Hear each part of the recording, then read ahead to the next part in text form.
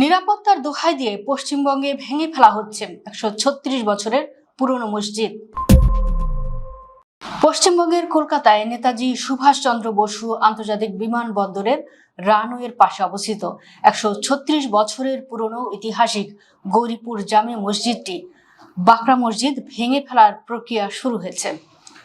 ভারতের বিমানবন্দর কর্তৃপক্ষ জানিয়েছে, বিমান চলাচল ও সার্বিক নিরাপত্তার স্বার্থে স্থানীয় প্রশাসন পদক্ষেপ নেওয়া হয়েছে। স্থানান্তরের প্রাথমিক প্রক্রিয়া হিসেবে বিশেষ প্রজ্ঞাপন জারি করে শনিবার থেকেই মসজিদটিতে নামাজ বন্ধ রাখা হয়েছে। ভারতীয় সংবাদ মাধ্যম টাইমস অফ ইন্ডিয়ার প্রতিবেদনে বলা হয়, স্থানীয়দের কাছে বাকরা মসজিদ নামে পরিচিত মসজিদটি প্রায় 136 বছরের পুরনো, যা 1924 সালে কলকাতা বিমানবন্দর পূর্ণাঙ্গভাবে চালু হওয়ার আগেই সেখানে নির্মাণ করা হয়েছিল। 1962 সালে বিমানবন্দর সম্প্রসারণের জন্য জমি অধিগ্রহণের সময় মসজিদটি অক্ষত রাখা হয়। তবে এটি নতুন করে নির্মিত বিমানবন্দরের দ্বিতীয় বা ছোট রানওয়ের মাত্র 165 মিটার দূরে উচ্চ নিরাপত্তা বেষ্টনীর ভেতরে অবস্থিত, যা আন্তর্জাতিক বিমান চলাচল নিরাপত্তা বিধি অনুযায়ী ন্যূনতম দূরত্ব। বিমানবন্দর কর্তৃপক্ষের দাবি, এই মসজিদের কারণে বিমানবন্দরের দ্বিতীয় রানওয়ে সম্প্রসারণের কাজও থমকে আছে প্রায় 30 বছর। কখনো স্থানীয় বাধা, কখনো পূর্বতন বাম ও তৃণমূল সরকারের ঢিলেমিতে বিমানবন্দরের নিরাপত্তার বিষয়টি অগ্রাধিকার পায়নি।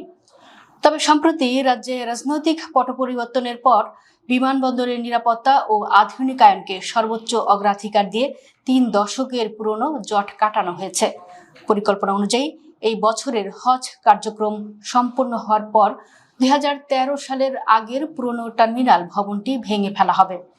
সেই জায়গায় দিল্লির আদলে একটি বিশ্বমানের অ্যারো সিটি এবং আধুনিক টার্মিনাল কমপ্লেক্স গড়ে তোলা হবে। বিমানবন্দর কর্তৃপক্ষ আরও জানিয়েছে, বিমানবন্দরের সীমানার বাইরে আরও বড় পরিসরে একটি নতুন মসজিদ নির্মাণের প্রস্তাব দেওয়া হয়েছে, যা সাধারণ মুসল্লিদের জন্য উন্মুক্ত থাকবে।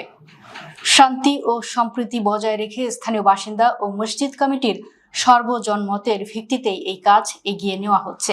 এদিকে স্থানীয় জনপ্রতিনিধিদের দাবি অনুযায়ী নামাজ পড়তে আসা সাধারণ মুসল্লিদের একটি বড় অংশ বিমানবন্দরের নিরাপত্তার স্বার্থে এই স্থানান্তরে সম্মতি জানিয়েছেন।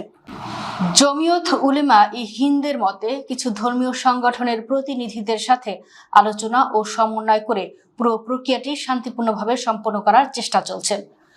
বিরোধী দল বা কোনো নির্দিষ্ট সম্প্রদায়ের পক্ষ থেকে যাতে পক্ষপাতিত্বের অভিযোগ না ওঠে, সেজন্য ব্যবস্থা গ্রহণ করেছে প্রশাসন। উত্তর দমদমের বিধায়ক সৌরভ শিকদার নিশ্চিত করেছেন, বিমানবন্দর থানার কাছে থাকা একটি প্রাচীন মন্দিরও টার্মিনাল সম্প্রসারণের স্বার্থে অন্যত্র সরিয়ে নেওয়া হচ্ছে। উন্নয়নের স্বার্থে কোনো ধর্মীয় কাঠামোর সঙ্গে আপোষ করা হবে না। প্রসঙ্গত, ভারতে মসজিদ ভাঙা বা উচ্ছেদ নিয়ে বিতর্কটি বর্তমানে দেশটির অন্যতম প্রধান রাজনৈতিক ও সামাজিক আলোচনার কেন্দ্রবিন্দুতে পরিণত হয়েছে। একদিকে দেশটির মুসলিম সম্প্রদায়, বিভিন্ন মানবাধিকার সংগঠন এবং বিরোধী দলগুলো ক্ষমতাসীন বিজেপি সরকার একে অবৈধ দখল উচ্ছেদ হিসেবে ব্যাখ্যা করছেন। তবে বাকরা মসজিদের বিষয়টি ভিন্ন বলেই মনে করা হচ্ছে।